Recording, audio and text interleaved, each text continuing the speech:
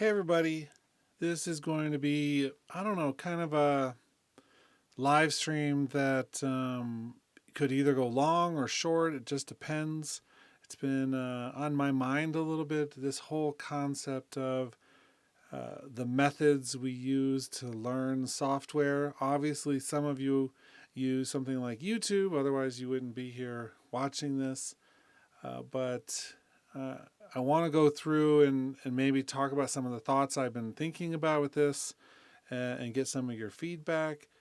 I do hope that we actually have a few people jumping on the live stream so we can interact a little bit, but it could be that this time of day, uh, Friday afternoon here in Denver, Colorado, is maybe not the best time for a live stream, and that's okay too. But also, as always, if you are on the live stream itself and you have any questions about anything, we can always certainly go off in different directions and talk about different things. But this really has been weighing on me because it's like I love doing videos and making content like this, but it's not always the best way to learn something. And in fact, one of the best ways to learn something, which is maybe doing like one-on-one or small groups with somebody who's an expert, isn't always possible.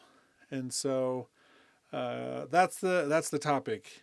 And so for those of you who are perhaps already watching a little bit here, we have a couple people on.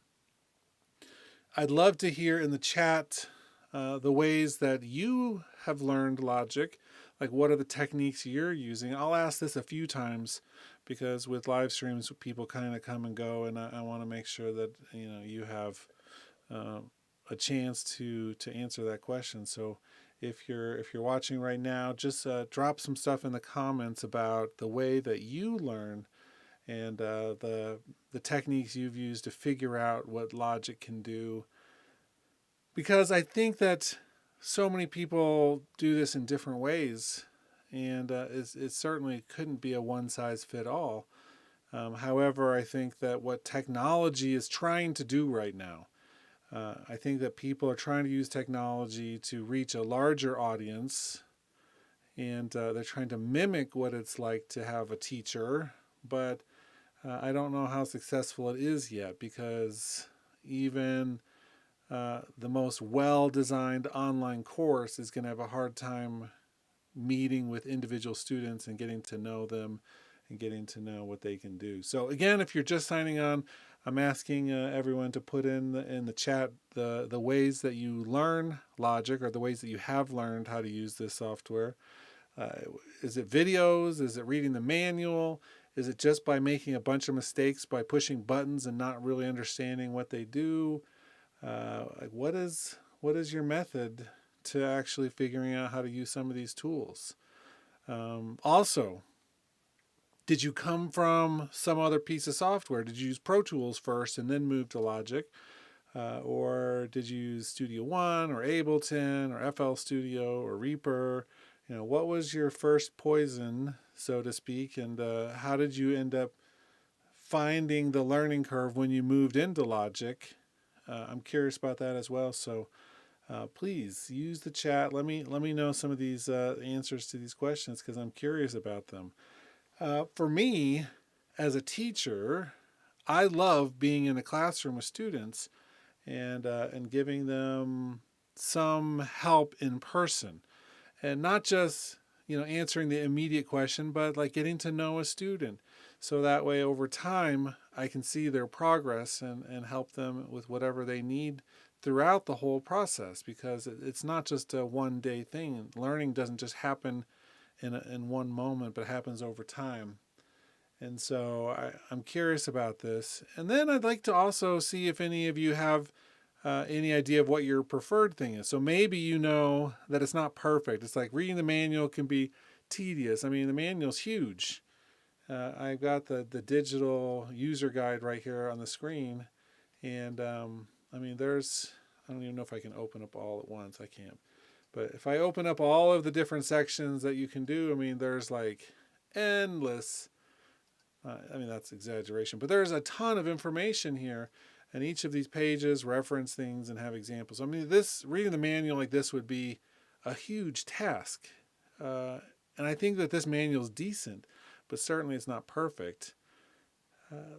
So for me, that one-on-one is something that if I could do that in an online format, if I could actually have a way to help students from where they're starting instead of just like a generic way of teaching, that would be so much more efficient or effective, not efficient, certainly not efficient, but certainly more effective. I think students learn more when a teacher knows them and can help them from where they are.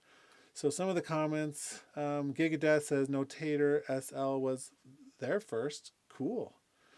Producer One Mayhem, the way that I have learned most of logic is a mixture of videos and trial and error.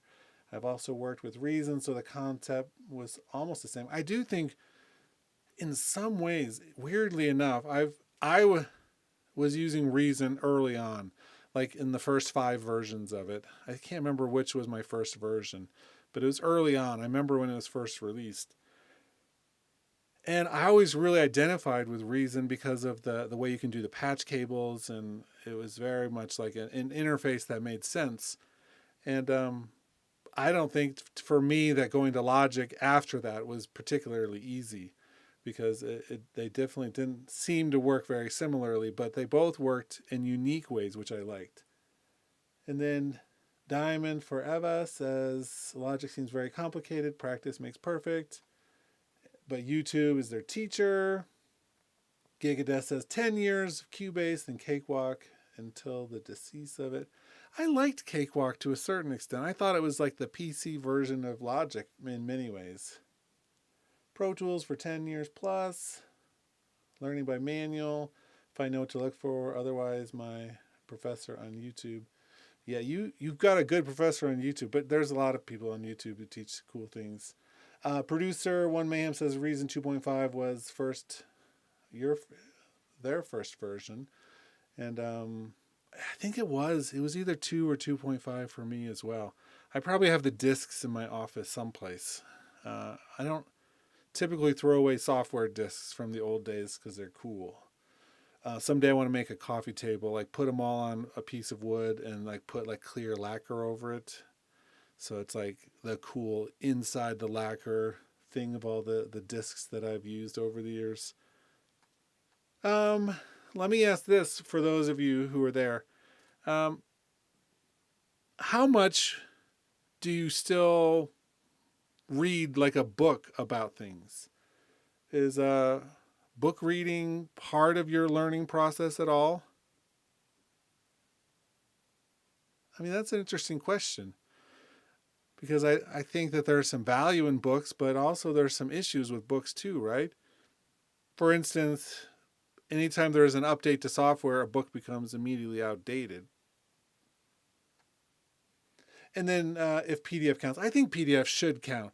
I prefer like a paper book, a book with pages in it, but that's so impractical and actually kind of wasteful in many ways, because the minute that the new software version comes out, it's outdated. So if you buy an updated copy of that book, then it's like you've just wasted how many, a tree or some portion of a tree by reading that, right? So I don't know if I like that part of it. I love the idea of a book, but I suppose like a book that you can have on your phone or your iPad would count as well. Yeah, what ancient stuff was that is the question. But I kind of like the tangibleness to it. It's like I like being able to turn a page and have some information there. And it's like hard when you have a screen. And it's like I'm already staring at a screen so much.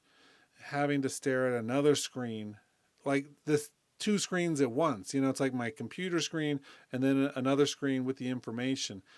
That's a lot of screens all happening. So there's like a downside to it at the same time. And so that part, I don't know about.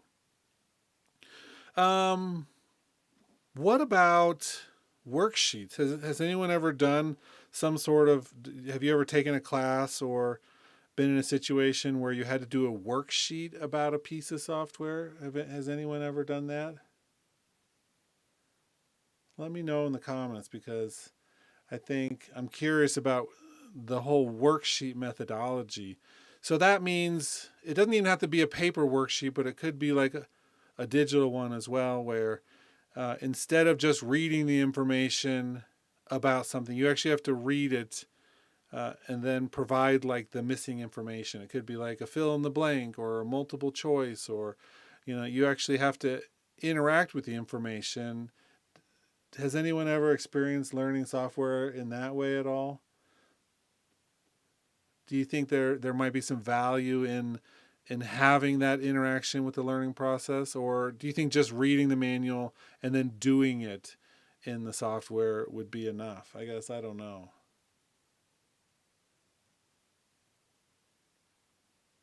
You don't like the worksheet stuff? Is that what you're talking about, Gigadeath, in terms of um, how you've done it as a computer scientist? Is that what you're saying? It's not working well? Okay. Interesting. I've I've been toying with the idea of doing some worksheets with my students, but um, I I haven't found like a way that makes sense to do it that I think would be really effective. Uh, for me, the most effective way has always been to get my students to do something. It's like I know that if I can just get them to try, then it actually uh, can make a difference. That's the point that makes the difference the minute they start actually messing with it and making mistakes. I think sometimes students are so afraid of making mistakes that they don't even start trying at all. And that perhaps is the really important epicenter of everything. How do you get over the fear of making a mistake in using something so that you'll actually learn from those mistakes? Because you're going to make mistakes. I don't think it's possible to do any of this stuff without making mistakes. That's not the point. Is not to not make mistakes. The point is to make mistakes in a rapid succession so that you can learn from them and get better, right? Aubrey says Logic, Smart Help in Logic, remote on iPad. Yeah, and actually the Logic Smart Help, this whole system is actually something that's really powerful. And it's like I don't talk about it too much. I think what you're talking about is like the quick help, right?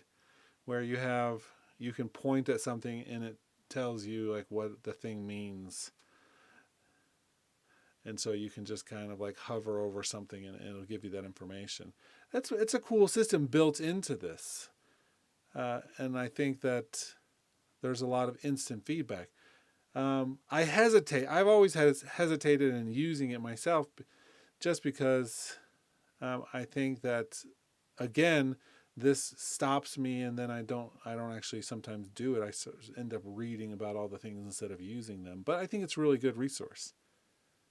Um, Producer One Mayhem says, I think projects would be better. Projects that students can correct. That's interesting. So maybe give us a project to a student and have them do a specific task, maybe that's prepared. So say, here's the situation. Right this moment, everything's set up except for the connection from the tracks from all these instruments to the reverb over the sends. Trace down what's not connected correct and then add it in. I mean, so you could do like task-based assignments off of projects. Is that what you're talking about, Producer One? Mayhem.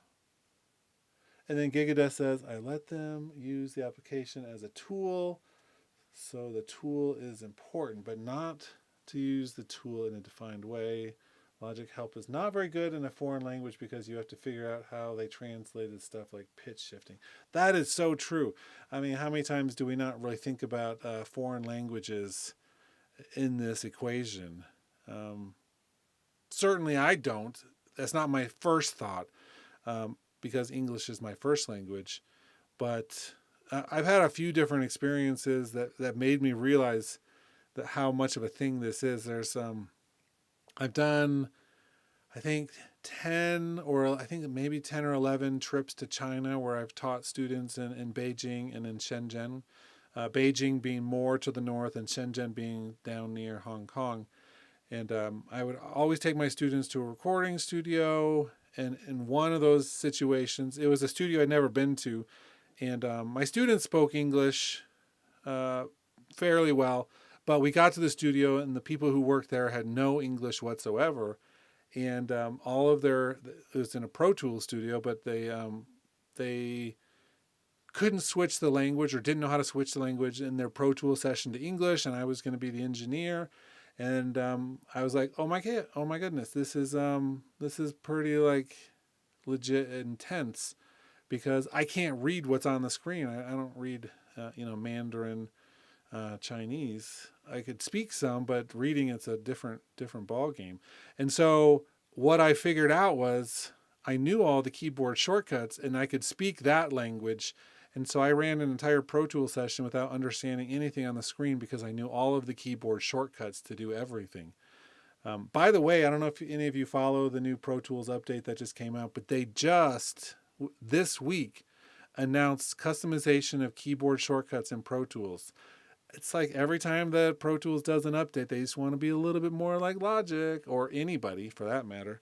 But geez, how many years has Pro Tools been around and you can now just customize the keyboard shortcuts? That's completely insane. Okay, so what I'm hearing, at least from those of you who are chatting, project-based, visual-based, not as much written-based. There's a part of me that's still, the way my mind works, it's almost like the written part, doing a worksheet or something is a way to maybe, it's so hard because, again, we come back to the thing of what works best in like a one-on-one situation. So it's like I create a project, I have my students work on it, and then I have to look at each one to see if it worked. And so it requires an intense amount of time to be able to train a bunch of students. But then something that's less effective, perhaps like worksheets, which you could grade easily and you could tell if somebody was right or wrong on a mass level and affect a lot of students, it's less effective, but you could be more efficient with it. So it's like sad that it always has to be this question of efficiency versus effectiveness, but it seems like that's what it keeps on coming down to. And one-on-one training type stuff is expensive, right? I mean, it's like if you hire a teacher or take a university class or anything, it's like you have to foot the bill as the student. So at what point does, having a free set of resources, even if it's less effective, become more effective because then you could get it for free or low cost? That's, another part of this that perhaps I haven't really thought about. Gigadet says Apple could fix it if the search engine also accepts the English terms, since there is no dictionary for audio engineering stuff. I agree with that too. In fact, this book I keep on holding up, I've held it up a couple times today. It's called Jak Nahravat Svoje Skladby. It's an English book translated into Czech. I speak Czech, and when I go to the Czech Republic, I do a lot of the stuff in Czech. But it's funny reading this because sometimes you can tell that somebody translated this who doesn't really understand audio technology. And there's so many words that are like still English. Like when they talk about a subwoofer, they're like woofer they don't have a Czech word for subwoofer. They just are borrowing the English word. And so that happens so much. I think this whole thing with different languages could really use some nuance, but I think that there's no money in it. And so a company like Apple is hesitant to invest a lot of money in something that they might not see as really profitable, sadly. And then another comment, take a concept and give them a stem and explain the expected result. Yeah, so I mean, all those are good ideas. Does anybody have any thoughts on how to make a course or some sort of training materials that would work for the masses uh, without necessarily making it completely inefficient, or not inefficient, but making it completely impersonal, so I suppose. What could you imagine that would work for teaching 1,000 people how to use logic? I guess YouTube videos are a case of that, right? I mean, we put up a video, you watch it. Even if you don't fully understand everything, you can always stop it and rewind it and play it again. Perhaps that is still right now the best option, but I've got to think, or I've got to imagine that there's something on the horizon which is going to be more. Having some sort of AI thing that interacts with somebody, but it's a computer, so you can do 1,000 people interacting with the same AI simultaneously, and everybody gets exactly what they need. That sounds tricky to program too, but I don't have a lot of imagination when it comes to programming things. That's certainly not my strength. But is something like an AI going to be better than a human teacher? Perhaps more cost effective for somebody, right?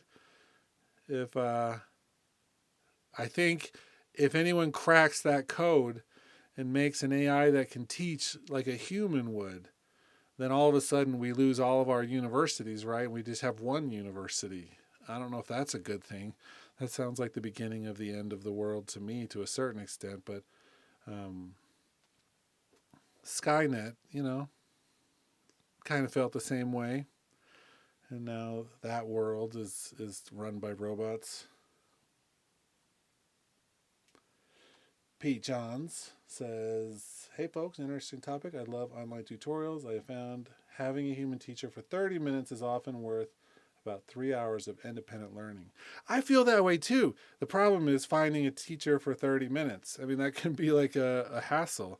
And I've done different things. I have a number of students I work with one-on-one over Zoom right now that live all across the, mostly the United States. I haven't really done much internationally with that. But I find scheduling is the hard part with that. So some students on the East Coast of the United States want to do it late at night, and then it's right in the middle of my dinner time. And so it's like we have issues that we're working out, but it's, those things are all manageable, but it may be difficult.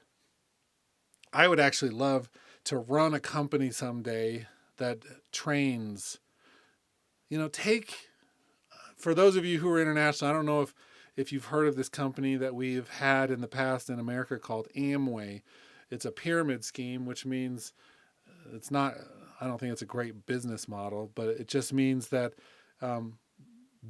you move up in the ranks as you recruit other people below you to do the work you don't want to do.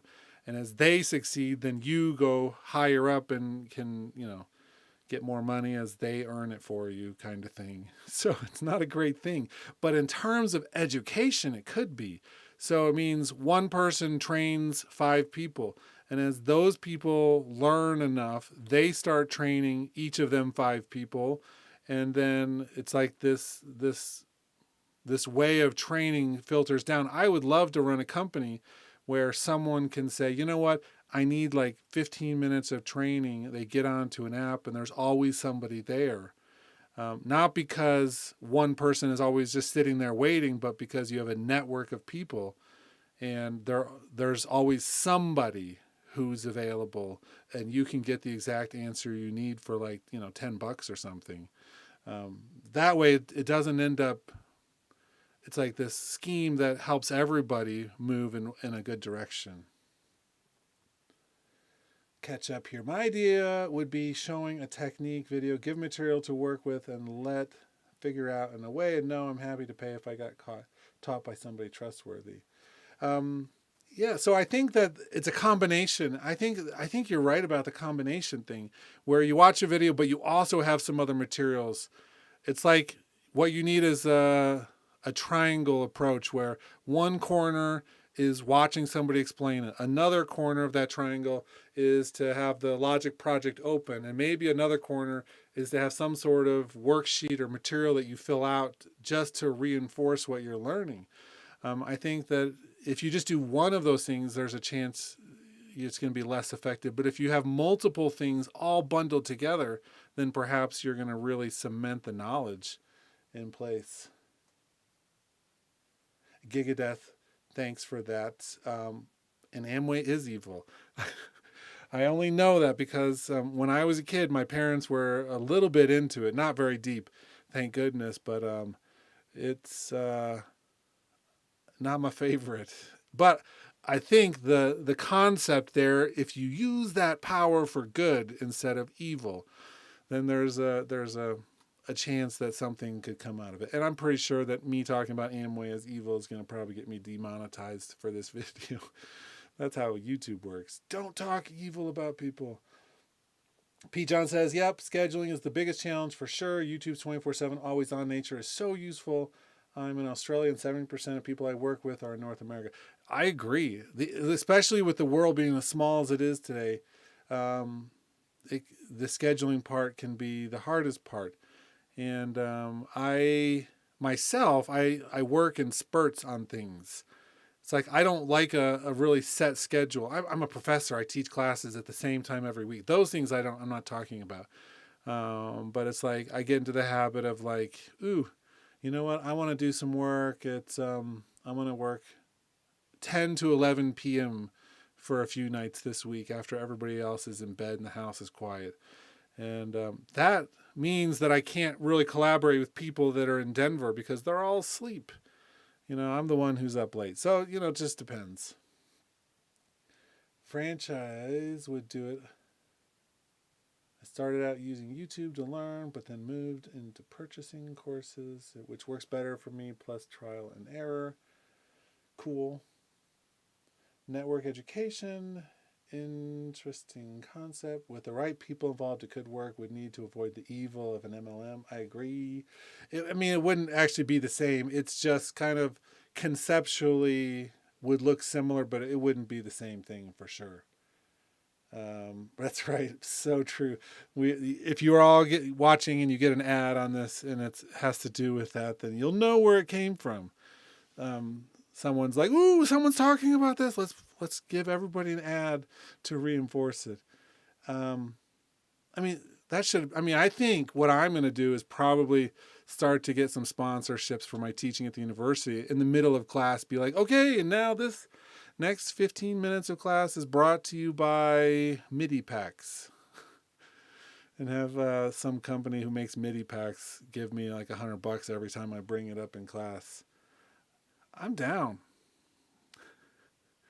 I think that would be funny for one time, and then it wouldn't be funny after that. But okay, so those of you who are joining, we're talking about learning, and I'm curious of which learning methods have worked best for you. I'm just getting ideas and gathering things. I think that this for me is something I'm really interested right now. I'm just wrapping up a semester at the university. My teaching style is certainly my own teaching style. I do things, I wouldn't say different or revolutionary, but I try to always make it better. I try to improve so that my students are getting what they need out of it. And I like to talk about it. I talked about it with one of my classes today. With a bunch of graduate students. So we have a graduate program. We've got about 23 graduate students getting master's degrees in recording arts. And we talk about this stuff because they're all wanting to become teachers, many of them, and they got to be ready for this. And it's not easy. It's not crystal clear which way to do this. There's a lot of different options. But for me, I think, for instance, with teaching, what I'm most interested in this year, I think, is creating the right environment so that students will experiment. Like in one of our studios, we have an SSL console, and I think a lot of students are afraid of like making loud noises and hurting speakers or hurting their ears and making that mistake. And so one of the things I do is I teach this structure so that they know before anything else how to turn down the monitors.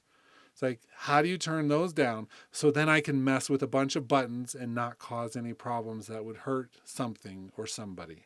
So we create like that safe structure. They know exactly how to turn down the speakers or mute them, and then they can push all the buttons and experiment with getting the right levels using meters at first before they actually then creep up the volume and see if they're hearing what they should be hearing. But it's like until they know how to create the safe environment, they're like terrified of experimenting. So we have to teach them where the boundaries are so then they can have like this safe learning experience. And I think the same goes with all of this. I think a lot of people are super nervous about how to do stuff in Logic, and we have to like teach them this like the safe points so that they know how to do the basic bare minimum, and then they can explore from there. But they have to learn that one little box first before they can like leave the box. And then some more comments. I think it would be cool if there was a collaboration between an actual teacher like you, a tech nerd, how to set up stuff, and somebody deep in composing. So like collaborative teaching. I think that's been around, but certainly I don't think we do it enough in this field. I don't think we do it enough in like the music production stuff. It's like every class should have like a music business professional, an audio professional, and like an artist, a musician, because every single time we talk about something, there should be like the context of, now you can take this and use this in your career, but be careful because this is what you need to do to set up the business side. And then the musician is like, but let's talk about how this actually, emotionally connects to what you're doing. Now all of a sudden teachers have to be like multiple people. We've gone from being like normally inefficient to extremely inefficient by having three professors in the room at one time. Let's see. And I can't repeat what Pete John said because then YouTube will think I'm actually doing a sponsorship. But Christo says, I saw another acknowledgement that Logic is coded for iOS as is Final Cut and will run in a promo that in the Valve's Magic Keyboard, it will only run an M1 or higher output Pros I've heard lots of rumors about this. The truth is that my iPad Pro, which is an M1, has nearly the same configuration as my Mac Mini M1. So it's already like there. I mean, these things can already do it. I'm sure that there's a mode up at headquarters in Cupertino where people are just running everything on their iPads, testing it out and seeing what works and what doesn't. And then they're going to have some sort of, style guide memo that goes out about how to convert all these pro apps over to the iPad ones. And then in like 2 years, they're going to decide that they just don't want to do it because the GarageBand is still outperforming Logic in many ways. And so let's just keep building GarageBand. And it was fun to test the pro apps, but there isn't any reason to convert them over. I mean, that sounds about right to me. I don't know, but it sounds right.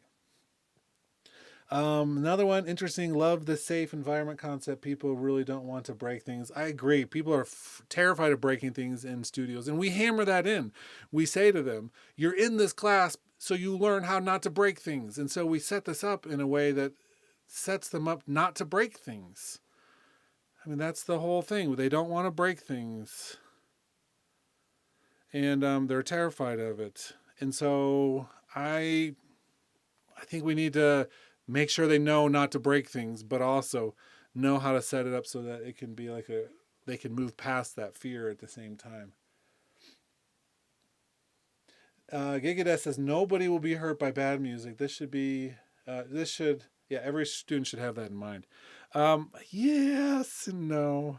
I've definitely heard some projects that hurt a little bit. And so I know what you mean. I agree with that. And I'm not shaming any students publicly, but man, if you wait to do a project until the last second and you don't get great musicians and then you submit it as a work, it's like we need to teach responsibility for this as well, so that they do things in the right amount of time instead of waiting until the last second. It will be a hybrid. Pete John says Logic on iOS is the dream. I think the touchscreen situation is the biggest barrier. So I don't think Logic on an iPad is my dream. I think an app on an iPad which can do everything that I need from Logic is my dream. But I don't need the environment. I don't need the Logic environment on an iPad. I don't want that. I want something new. I want something better. I want something that can do everything but better. I mean, so I think that taking all the concepts that we love about Logic and putting them into a new platform that's redesigned for the interface is probably really what I dream about more than just putting Logic directly over. But I also think it's possible that if they did that, then they should be able to say, well, you can open up what you're doing on your computer in Logic, and they should be able to go back and forth. So what my dream is be able to work on Logic, say, save this, and all of a sudden I go off with my iPad and I open it up and I can continue working. I can work on my couch with an iPad instead of having a laptop or something else. And then EQing with my fingers and mixing with my fingers right on the screen instead of having to like use a mouse or something else. Because a touchscreen is only really good for tweaking things like changing plugin parameters and making things exactly how you want them. With a mouse, it's lame. You can only do one thing at a time. You have to move it across the screen. You have to do all this work. A control surface, if you learn it really well, is pretty efficient. Many of them can be. But having a multi-touch interface like an iPad screen where you can just like pull the knob with your finger and then like go right over, it's like doing things with your fingers that way, I think is really attractive. And so I think it's cool. Let's see, more comments. Gigadesk says, I have to learn what I don't need to do something in Logic. Yeah. So, I mean, Logic in any of these. So Logic is not the only workstation out there. That's Google. I think that we have so many options, and they're all doing pretty much the same thing. They all look more like each other every single day. I think that that's actually a strength. What I now find is that if someone says, well, Pro Tools is the standard, you really need it. The new subscription model Pro Tools with 3 levels that just came out this week. The top one, which can do all the cool Atmos stuff and has, the 1,000+ tracks and some advanced features, is $1,000 a year to subscribe to. And I was like, which of those things? I mean, so sure, the automation features in Pro Tools for that level are more advanced than the Logic ones. But I can do everything with automation in Logic that I need. I can run 1,000 audio tracks, 1,000 instrument tracks, 1,000 MIDI tracks in Logic with the version I have. And the Mac Studio, if I had one, would be able to run all of those. I can't run 1,000 on my Mac Mini, but I can run close. And so it's like I don't need all of those things. I don't want to pay $1,000 a year for my own projects to do all of that. Now, the lesser versions of Pro Tools are less. But the basic version of Pro Tools, which costs like $10 a month, I think, had it's like 30 or 32 tracks or something. And I mean, it's like a fraction of what Logic can do. We're not paying a subscription every month. So it's here to stay. I mean, the industry has shown us that subscription stuffs are here to stay because people are willing to do it. You might complain about it and think subscription stuff are dumb, but people are doing it. Otherwise, they wouldn't have switched. It's just now that these software things are getting so much closer together, I'm going to choose the one that creatively inspires me and doesn't cost me a crap ton of money. I mean, that's literally how I view it. Less is more. I don't care for Sidecar at all, says Christo. Kids aren't afraid of breaking anything on an iPad. They just go, go, go. My kids are like that for sure. My kids have dropped their iPad like 1,000 times. That thing's like indestructible, it feels like, until one of my kids has broken one iPad screen. And the sound, it was dropped on tile, and the sound it made was incredible. It's like I wish I had been recording, because the sound of an iPad screen shattering is impressive. It's like once I'm one of the ones that I have is dying to the point where it won't be usable, I'm gonna break the screen by dropping it on something to make it record that sound. And then Pete says, "I think you're right. Cross compatibility between iOS and Mac is more important than a direct clone." That was my point for sure. And then Crystal says, "Using two machines and it's very clunky and expensive." I agree with that too. Gigadeath says good night, and I say good night to them as well. Thanks. That was super generous of you. I appreciate that. And then Fraser says, "Sam, what are your favorite plugins?" If I had to pick one instrument from Logic to use, if I could only have one, it would be Sculpture. Alchemy would be a close second, because Alchemy can do everything except for what Sculpture does. Sculpture is the only instrument of its kind. There are a few kind of ones out there that I've seen, but nothing's like Sculpture. Sculpture is by far my favorite sonic instrument. If I had to choose one, like effect, I don't know. I like them all. But vocoders are probably one of my favorite sonically. And I hate to say this, I really hate to say this, but the BVX from Reason that just got released is by far the best vocoder I've ever heard. And I love what it does. It's better than the Logic vocoder by like 10,000 light years. I'm hoping Logic will update its vocoder at some point. And then everything else has to do with spatial audio. I love ambisonics and spatial audio, so any plugin that does that I like. And then Pete says, "Yep, if what you're using does what you need, you're sorted. People ask me when they should move on from GarageBand. My answer is always when it doesn't do something you need." I agree with that. I did actually mean third party, sorry. Third party plugins. Well, my favorite third party to Logic would be the Reason Rack. I pay $20 a month to use Reason Rack. Pretty regularly I pay that. I let it slide every once in a while when I know I'm going to be traveling and I don't need it, but then I love that about it. So the Reason Rack has the BVX and a ton of instruments and cool sounds. The Combinator patch called 777 is my favorite sounding patch there. And then I own the Eventide complete set of every Eventide plugin that they make. So I like the Eventide stuff quite a bit. And then there's a few things here and there that I like. I like the Moog, the synthesizer clones, not the ones made by Arturia, but the ones made by Moog. I'm sure they use some other company to actually do it, but they're the ones that are certified by Moog. They sound amazing. And IK Multimedia is cool too. I've used that in the past. It's like there's too many choices and you always have to pick something.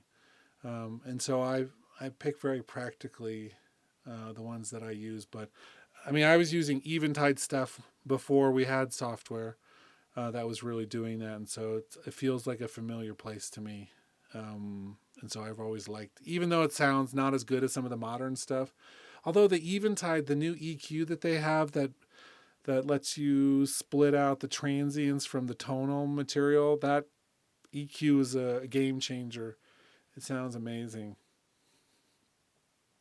Okay, I think in about 1 or 2 minutes, I'm going to pull the plug because I've got to go do real life stuff for a little bit. Pick up kids from school and stuff.